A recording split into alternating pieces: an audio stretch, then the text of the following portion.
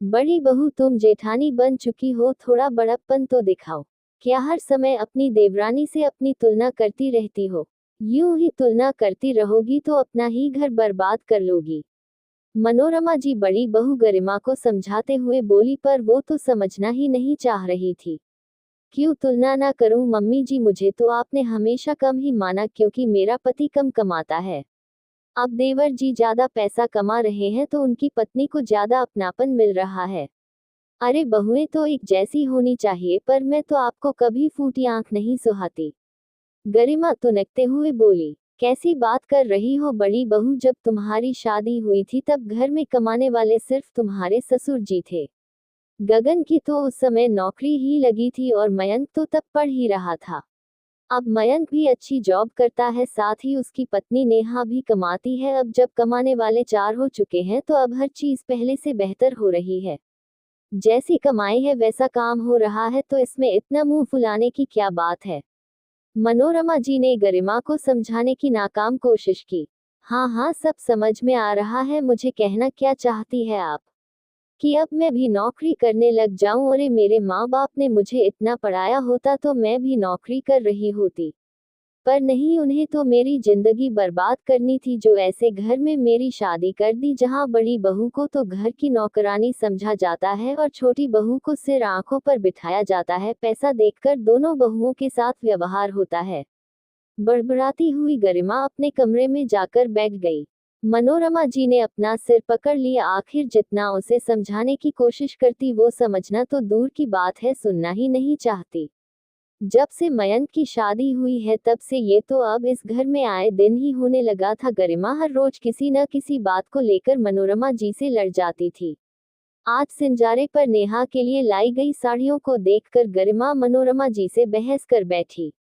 सिंजारे के कपड़े देखने के बाद गरिमा का मानना था कि मनोरमा जी ने नेहा के लिए सभी कपड़े महंगे रखे हैं, जबकि उसके लिए सस्ती सी साड़ियां रखी थी। जबकि चूड़ियां और मेकअप का सामान भी अच्छी क्वालिटी का था, उसे तो लोकल बाजार से खरीद कर भेजा गया था।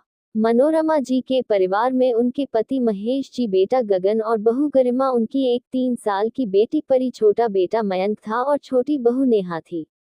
महेश जी एक बैंक में क्लर्क थे, वही गगन एक प्राइवेट कंपनी में जॉब करता था। मयंक अभी पिछले साल ही इंजीनियर बना है और एक अच्छी खासी कंपनी में काम करता है, जबकि गरिमा मनोरमा जी की तरह ही एक गृहिणी है। मयंक की शादी नेहा के साथ 3 महीने पहले ही हुई थी, जो कि एक पढ़ी लिखी नौकरी पेशा लड़की थी और उसी के ऑफिस में काम करती थी। दोनों की ही लव कम अरेंज मैरिज थी। दोनों पति पत्नी मिलकर अच्छा कमाते थे और अपने अनुसार खर्च करते थे। ये देखकर गरिमा चिढ़ जाया करती थी। शादी के बाद जब मयंक और नेहा हनीमून पर गए थे तो उनके जाने के बाद भी गरिमा ने मनोरमा जी से काफी बहस की थी, न सिर्फ मनोरमा जी से बल्कि गगन से भी। उन दोनों को तो घूमने के लिए बाहर भेज दिया, पर हमें तो नहीं भेजा था। हमारे साथ ऐसा दोगला व्यवहार क्यों? वही लाडले बेटे बहू है, क्या हम तो कुछ नहीं थे? कैसी बात कर रही हो तुम गरिमा, उस समय घर की स्थिति अच्छी नहीं थी। शादी का काफी सारा खर्चा तो कर्ज लेकर ही किए थे, पर अब स्थिति पहले से बेहतर है और हनीमून तो मयंक और नेहा दोनों ने मिलकर डिसाइड किया है और उसका खर्चा भी खुद ही उठाया है। तो कहना क्या चाहते हो, अब मैं तुम्हारे बराबर खर्चा उठाऊं? अरे जब खर्चा उठाने की औकात नहीं थी तो शादी ही क्यों की थी मुझसे?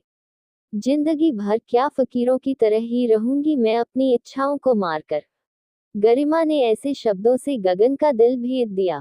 उसकी बात सुनकर वो बिल्कुल हैरान रह गया। उधर मनोरमा जी ने जब इसके बारे में उसे समझाना चाहा तो वो मनोरमा जी से भी लड़ पड़ी।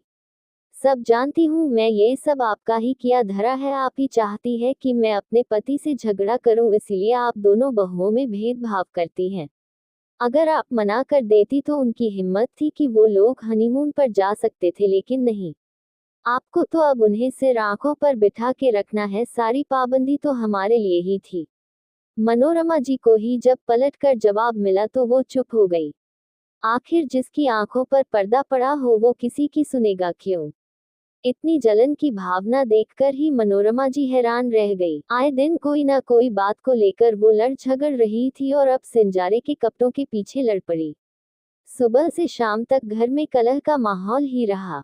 ऐसा माहौल कि इसके बीच में गरिमा ने अपनी बेटी परी को संभालना भी मुनासिब नहीं समझा। पूरे दिन परी अपनी दादी के पास ही रही। शाम को जब सब लोग अपने अपने ऑफिस से घर आए तो भी माहौल बड़ा अजीब सा था। किसी की भी हिम्मत नहीं हो रही थी कि जाकर गरिमा को एक बार टोके तो सही।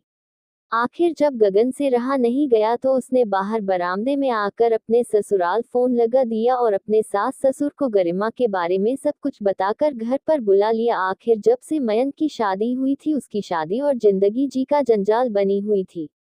आखिर कोई ना कोई फैसला तो लेना ही था।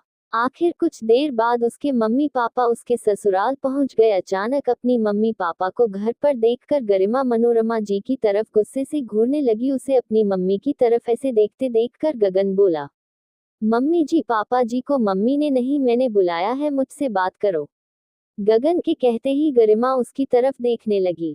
पूछ सकती हूँ क्यों आज मेरे मम्मी पापा को ससुराल क्यों बुलाया गया है? एक तो आपका परिवार मेरे साथ इस तरह का दोहरा व्यवहार कर रहा है, दोनों बहुओं को एक जैसा नहीं समझता और ऊपर से मेरे ही मायके वालों को बुलाया जा रहा है। आखिर गलत क्यों बर्दाश्त करूं मैं? ऐसा क्या गलत हुआ है तेरे साथ, बताएगी मुझे? जरा मैं भी तो सुनूं। गरिमा ने कहा तो उसकी मम्मी बीच में ही बोली। आखिर गरिमा ने वही सारी बातें दोहरा दी जो वह अक्सर मनोरमा जी और गगन के सामने कहती थी। उसके मन में इतनी जलन की भावना देखकर उसके माता पिता भी हैरान रह गए। इतनी जलन की भावना, वो भी अपनी ही देवरानी से। ये दोनों जो कर रहे हैं अपनी मेहनत के दम पर कर रहे हैं।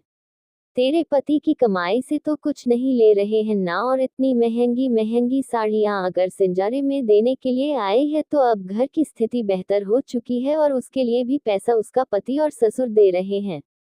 तुझे ऐतराज क्यों है? तेरे लिए भी तो जो चीजें आई थी उसमें तेरे पति और तेरे ससुर की मेहनत की कमाई थी। फिर फर्क कहाँ हुआ? तू तो देवरानी से बड़ी है ना, थोड़ा तो बड़प्पन दिखाती, छोटी छोटी बातों को लेकर लड़ पड़ी। गरिमा की मम्मी ने कहा, और बेटा किसी की बेहतर स्थिति को देखकर अपने आप को कमतर क्यों समझती हो? ये दोनों जॉब करते हैं तो अपने अनुसार खर्च कर लेते हैं। अगर तुम्हें गगन जी की कमाई कम लगती है तो तुम भी थोड़ी मेहनत करो, भला तुम्हें किसने रोका है? गरिमा के पापा ने कहा। वाह पापा, आपने मुझे इस लायक बनाया भी है। 12th के बाद में मुझे पढ़ने ही कहाँ दिया, घर के काम सिखाकर शादी करवा दी आपने। मुझे मौका दिया होता तो मैं भी शायद कुछ होती। गरिमा अपने पापा से बहस करते हुए बोली। चुप कर, तुझे हमने रोका था क्या पढ़ने से? तुझे तो खुद पढ़ने का शौक नहीं था, जैसे तैसे राम राम करते तो तेरी स्कूल की पढ़ाई पूरी हुई थी। तुझे तो बस टीवी दिखवा लो या फिर अपनी सहेलियों के साथ घूमवा लो। जब तुमने खुद मेहनत नहीं की तो अपने माता पिता पर इल्जाम लगाने का भी हक नहीं है। कुछ बेहतर पाने के लिए खुद को भी मेहनत करनी पड़ती है। माता पिता बच्चों का भाग्य नहीं लिख सकते। उस वक्त तुझे कितना समझाते थे पर तुझे समझ में नहीं आता था, तो फिर तेरी शादी करने के अलावा हम करते ही क्या? गरिमा की मम्मी ने उसे डांटते हुए कहा तो उसने अपनी नजरें नीचे कर ली। पर उसकी मम्मी ने अपना बोलना बदस्तूर जारी रखा। और अभी भी क्या कर रही है? जलन में अपना ही घर बर्बाद कर रही है। जितना फ्री टाइम बैठकर दूसरों से जलन कर रही है ना, उसमें कुछ नया कर अपनी जिंदगी को बेहतर बना। किसने मना किया है? और खबरदार आइंदा कभी कहा तो कि फकीरों के घर में ब्याह दिया। खुद में कोई हुनर नहीं है और ख्वाब आसमानों के देख रही हो। अपनी मम्मी के लताड़ सुनकर गरिमा चुप हो गई, लेकिन मनोरमा जी ने अपना फैसला सुना दिया। देखिए समधन जी, मैं किसी की भावनाओं को दबा नहीं सकती। अगर एक बार जलन और ईर्ष्या की भावना किसी के लिए मन में घर कर जाए तो वो कभी जाती नहीं। बेवजह इन लोगों की जिंदगी में परेशानी हो, उससे बेहतर है कि मैं खुद ही अपने दोनों बेटों को अलग कर दूं। मैं नहीं चाहती कि मेरे घर में आज जो हुआ है वो दोबारा हो।